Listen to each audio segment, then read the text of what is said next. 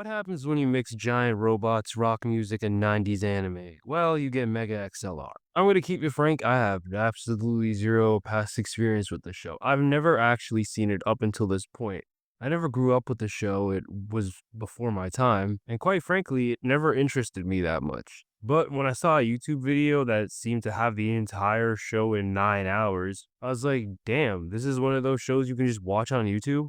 Might as well. Megas XLR started in 2004 and ran for about 26 episodes and around 2 seasons. The show stars Coop, played by David DeLuise, who's most known for being in Wizards of Waverly Place. He's basically just like a mixture of Guy Fieri and Kevin Smith, but super dumb for some reason. His best friend Jamie, who's played by, of all people, Steve Blum, who's most known for his work as Wolverine and in Cowboy Bebop. So, these Glorft guys are like invincible aliens who drive supersized, ugly, snot green robots? It's kind of weird seeing him play such a wimpy, bitchy character, though. Especially considering the fact that he's mostly known for playing hardened badasses, although I guess he still technically does get the chance to play that in the show. And the time traveling badass herself, Kiva, played by Wendy Lee, who you most likely know for either playing Yoruichi or Bulma. Also, I'm pretty sure she played somebody in Cowboy Bebop, I just don't remember. She's basically the most experienced of the group. Yes. How did you know? 'Cause that kinda looks like them. And throughout the series, they fight these aliens known as the Glor, or basically just weird green alien invading, gross, demonic, Lovecraftian creatures. The thing about the show is that it's oddly mature, and I don't mean that in a sense that, oh wow, they covered adult topics. No, I mean that in the sense that the jokes and the theming is just kind of off for a kid's show, probably because it really isn't at times. Most of the creatives of the show came from MTV, so it kind of explains a lot, like why every single MTV reference ends in their logo getting blown up. The main guy who made the show had his show canceled by them, his show being this show called The Downtowners, which weirdly enough shares a character with this show. No, like literally, Goat appears in both shows and he even has the same voice actor. It's kind of weird. The show originally got its start being one of the pilots during Cartoon Network's Summerfest. Back then, the show was called Lowbrow. The 7-minute pilot actually has basically the exact same episode plot as the original first episode, just condensed into 7 minutes and with slightly different animation. So again, Kiva sends the mech back in time, Coop finds it in Goat's junkyard, and buys it for $2. The Glorf attack, and Kiva and Coop have to team up. The pilot was so popular that it ended up basically having to be picked up, despite the fact that the network executives really didn't like the idea of having to make this show, especially due to how expensive it looked. That high price tag might actually be the reason why the show ended up getting canceled eventually. I think one of the things that shocked me when I first started watching the show with absolutely no knowledge going into it was actually just how much of a comedy this show is. Yeah, it is an action show, but it doesn't take itself seriously at all. In fact, it honestly takes itself a lot less serious than you would expect it to. The city gets damn near destroyed in every episode, and yet that's not treated very seriously at all. The Glorf, yeah, they are a threat, but they aren't necessarily even the main one throughout the whole show. In fact, sometimes I kept forgetting that they even existed because of how many other villains these characters were fighting. There's this one Modoc looking character who's voiced by Bruce Campbell of all people, and he's kind of just this like guy who runs a fighting show in space. A bunch of the parodies are like super relevant to like the 2000s, and a lot of the plots are too. There's a certain episode where the entire plot is that has this killer bounty hunter who's there to kill her, and Coop and Jamie can't do anything about it because Megas got towed, and now they have to go to the DMV to get their paperwork. Like, how did they move this mech? Like that part is always gonna confuse me. Another plot for one of the episodes is that they basically have to return this DVD in time to like this blockbuster like location, or else they'll have to pay some sort of rental fee. It's surprising how relevant this would have been at the time. Honestly, it kind of makes me nostalgic. There's episodes where they fight Godzilla parodies.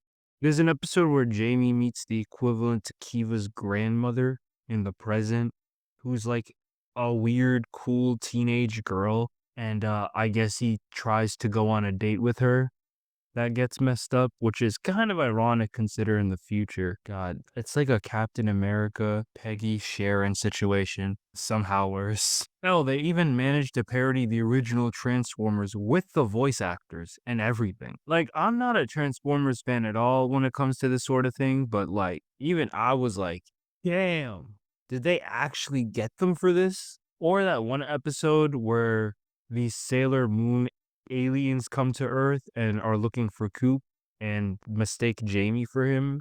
One of my favorite episodes, though, is the Thanksgiving parade episode, just because of the amount of parodies they managed to shove in and references. Like, these people, whoever were making this show, you could just tell that they grew up with a Nintendo or something.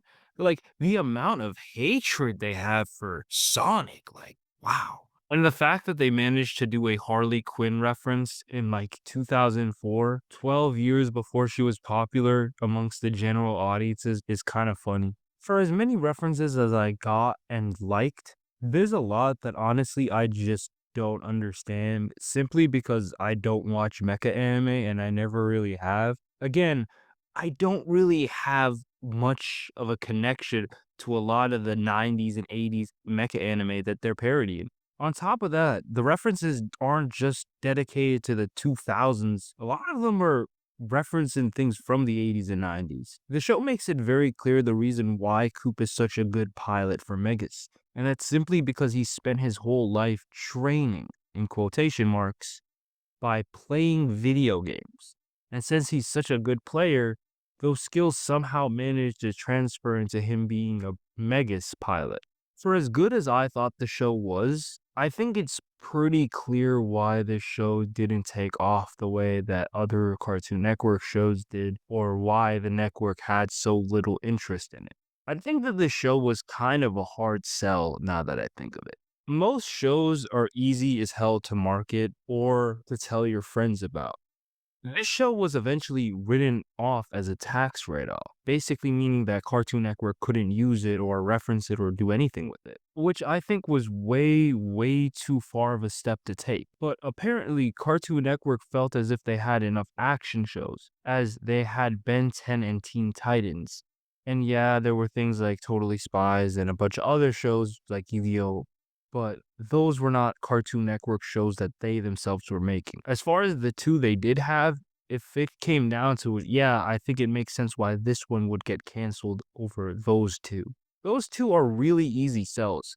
One is a show about a teenage superhero team, and the other is about a 10-year-old kid with a watch that turns into any alien. Also, those had much more relatable protagonists for the kids at the time. One's a snarky 10-year-old boy, and the other one's just a bunch of teenage superheroes. This show is basically about Guy Fury and a young version of Yandere Dev teaming up with a future alien fighting girl whilst piloting a robot whose head is a car and fighting Godzilla, MODOK, aliens, and God knows what else. Hell, this show has a lot of references to chicks of all things, which kind of feels out of place in a kid's show. I mean, there's ladies drawn on Megas. The theme song literally has the phrase chicks like giant robots, and these characters are constantly referencing chicks. Heck, the lowbrow pilot episode literally portrayed Jamie, who's a terrible person, basically kidnapping a girl to do I don't even know what, man. Also, the show just feels like it's made for an older audience. I couldn't fight that off while watching the show. Like, had the show aired on, of all things, like Adult Swim, it probably would have done better. But also, the show must have cost a lot of money. I mean, Megas isn't even CGI in the show, at least until we get to like the two-part finale. Like, this must have cost a lot of money. But speaking of that two-part finale, Jamie and the main Glorf villain end up getting sent into the future, where apparently, well, that's a plot twist. I can't get there yet. All you need to know is that Jamie's a badass now, and apparently he had dated Kiva in the past, and now she's a villain or the bad guy, but she's actually not. The twist is that future Coop, after defeating the Glorf, just kept fighting and fighting and fighting until he basically went insane. And now he's skinny and evil and wants to just take over the world. And he basically already has. Megas has been abandoned for his new mech, and he ends up actually destroying our Megas, or the Megas from the past, which is also technically the Megas from the future, considering the whole Kiva brick. We don't have to get into that. It's kind of confusing. Just don't think about it. Either way, since future Coop abandoned his Megas, well, old Coop gets a new Megas, which is future Coop's old Megas. Yeah, it's confusing. But basically, after he defeats this version of Coop by teaming up with the Glorf, he now has a new Megas, which looks almost exactly like the old Megas, but is different and has different things inside of it, which is hinted at in the finale once he gets back to his time. It's very clear that with season 3, they wanted to explore this more, but they just never did because, again, they never got a season 3, which is kind of sad. And by kind of sad, I mean really sad. I think that if the show had a more serious tone, I would have liked it a little more. At times, the show is so lighthearted. Well, not lighthearted, just goofy, I'd say, that it's hard to take anything serious. I couldn't really take the future stuff seriously, despite how good the animation was and how good the fight scenes were. Not in the sense that I didn't care, but in the sense that they couldn't stop cracking jokes for 3 seconds. But I would have been down for a season 3 where they explored this new version of Megas and possibly Jamie and Kiva's relationship. I don't know how the hell this would work. I can't tell if this is supposed to look like a fake picture. Like, did future Jamie just make this shit up? Wouldn't be surprising. It'd be kind of creepy to make this picture, but honestly, I don't know, man. It's been like over 20 years at this point, and nothing has been done with this franchise, for better or for worse. And it is kind of sad. As far as shows that need continuations, I'm not necessarily sure that this is the right type of show for that, though. In the sense that I don't think that this show needs to come back. But I'm not saying I would necessarily mind it. Overall, when it comes to my thoughts on the series, I thought it was really good. It definitely had me entertained, although at times the show was kind of out there. Would I recommend this show? Yeah, of course. Even though I have a hard time explaining what the hell this show is even about, I would say, yeah, watch it. It's all on YouTube, so like, it's pretty easy out, you know? Anyways, till next time.